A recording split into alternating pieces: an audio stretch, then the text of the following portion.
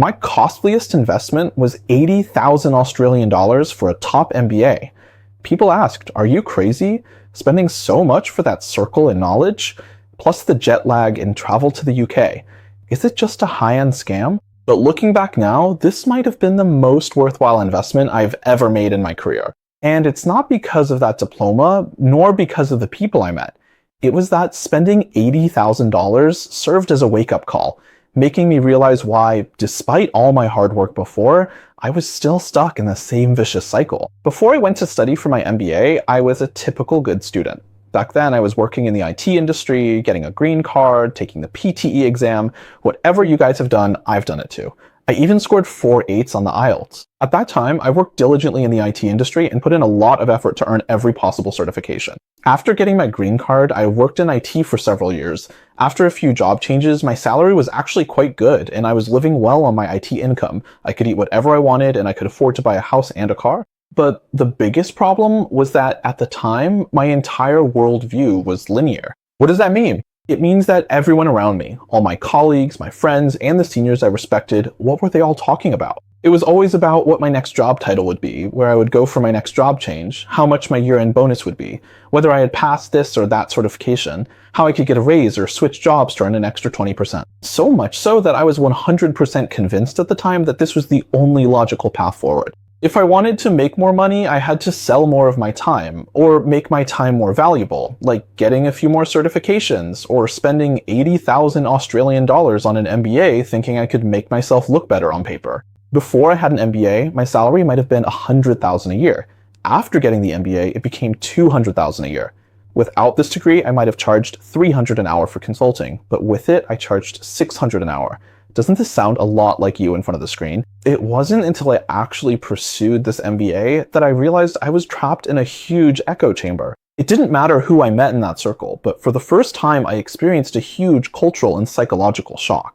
There was a time, actually several times during networking events, when I took the initiative to strike up conversations with many people. Even though I'm an introvert, when I need to be extroverted, I can pull it off. I chatted with several classmates, and out of habit I would probe and ask them, holding a little wine glass, hey, which big tech company do you want to join after graduation? What's your current base salary? I'll never forget the look in their eyes. A lot of people looked at me very strangely when they heard me ask these questions. Then one of them said something that I still remember to this day, and I might remember for the rest of my life. He said, Joey, I'm not here to look for a higher paying job. I'm here to learn a methodology. I want to learn from these wealthy people, and I want to build a system of my own. And at that moment, I suddenly realized that the difference between me and this person wasn't about how high our IQs were. In fact, I even thought his IQ might not be as high as mine, and mine isn't that high to begin with. The real difference was that he had this awareness of asset-based thinking. While I was foolishly thinking about how to sell my time for a better price, he was thinking about how to build an asset. Although he looked quite ordinary, at that moment, I realized that his way of thinking was 2 levels above mine. In other words, what he was thinking about was how to build a system so that assets could use other people's time to make money for him. It's just like when I later created an investment portfolio. I encouraged my tenants to work hard at their jobs, which in turn indirectly continued to generate wealth for me. So that 80,000 yuan tuition actually taught me one thing.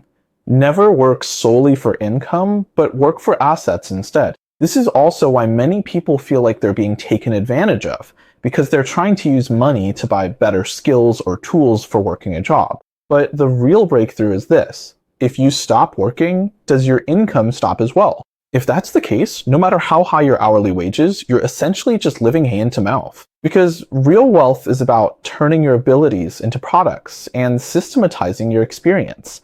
It could be a piece of code, a streamlined business process, or even a personal IP that continuously generates influence, or a product IP like PopMart or Hello Kitty. If you don't have the ability to acquire these things yet, just watch more of my videos. I believe the best asset that ordinary people can access is real estate. Though of course, not every type of real estate is suitable for you to buy. So at the end of this video, if you feel like you're stuck at this bottleneck and no matter how hard you work or how much overtime you put in, you just can't break through that ceiling, I suggest you stop.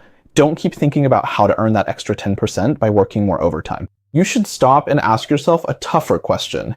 Which of the things I'm doing right now actually generate compound returns?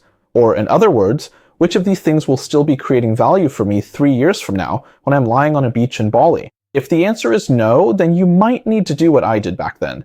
Even if it costs money, even if people laugh at you, even if others look down on you, you still need to break out of your current environment and connect with people around you who already have assets.